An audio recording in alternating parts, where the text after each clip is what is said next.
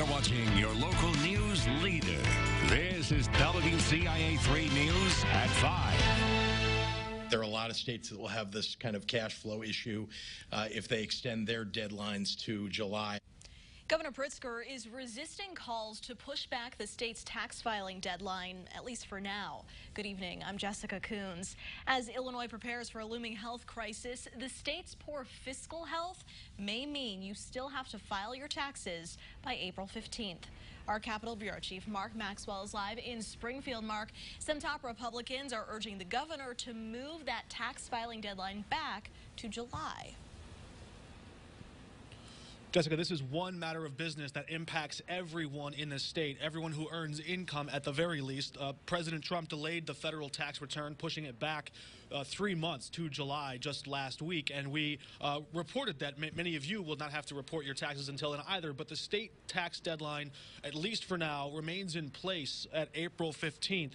The governor has not yet taken action to move it backwards. We've seen the governor say that's because of cash flow concerns in Illinois government. And the state was counting on the influx of cash to come in April. Without that, the state could be in far worse shape, even as it tries to grapple with the spread of the coronavirus. Senate Republican leader Bill Brady told me in a remote video interview today there's no time to waste, and that forcing companies to keep that deadline of next month could put accountants and employers alike at risk. So he called on Governor Pritzker to take action now to copy President Trump's moves at the federal level. We think the governor needs to do the same, because we need to coordinate that.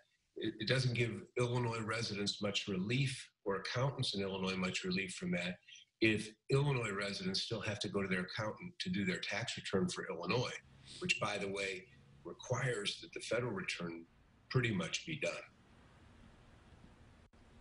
The governor's office did provide assurances that they are watching this closely and looking for some sort of a solution. They just have not yet been able to announce one. There still could be a delay in pushing that deadline back, but it's not ready yet. They're really watching to see what kind of stimulus or relief might come from Congress.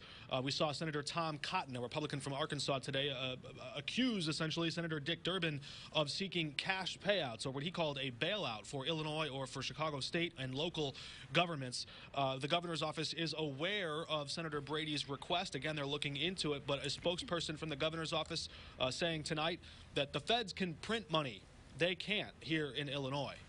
Jessica? All right, Mark Maxwell live in Springfield tonight. Mark, thank you. Today, the Department of Public Health announced 250 new cases of coronavirus in Illinois and 4 more deaths.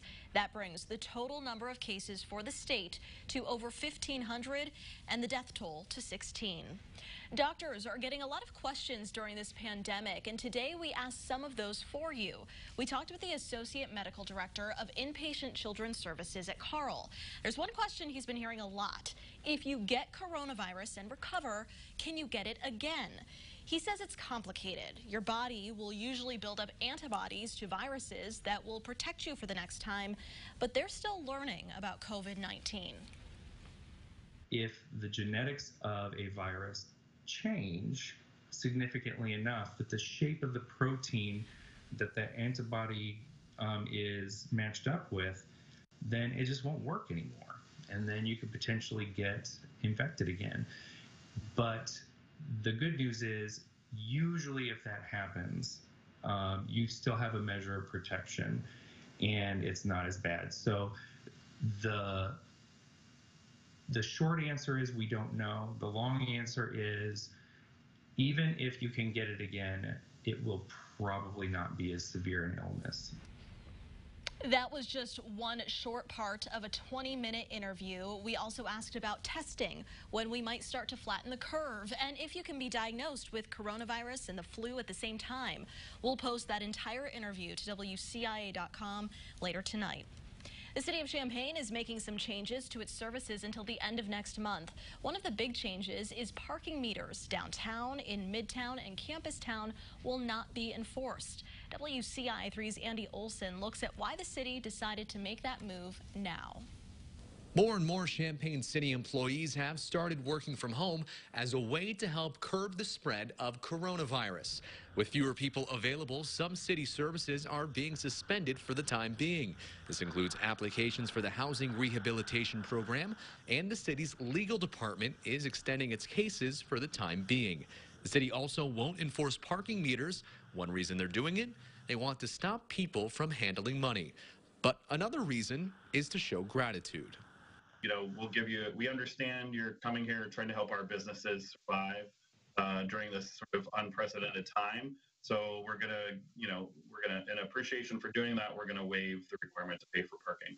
The Public Works Department is also now handling calls differently. Fewer people are in the building, so they say they may take a few minutes longer to get to an incident.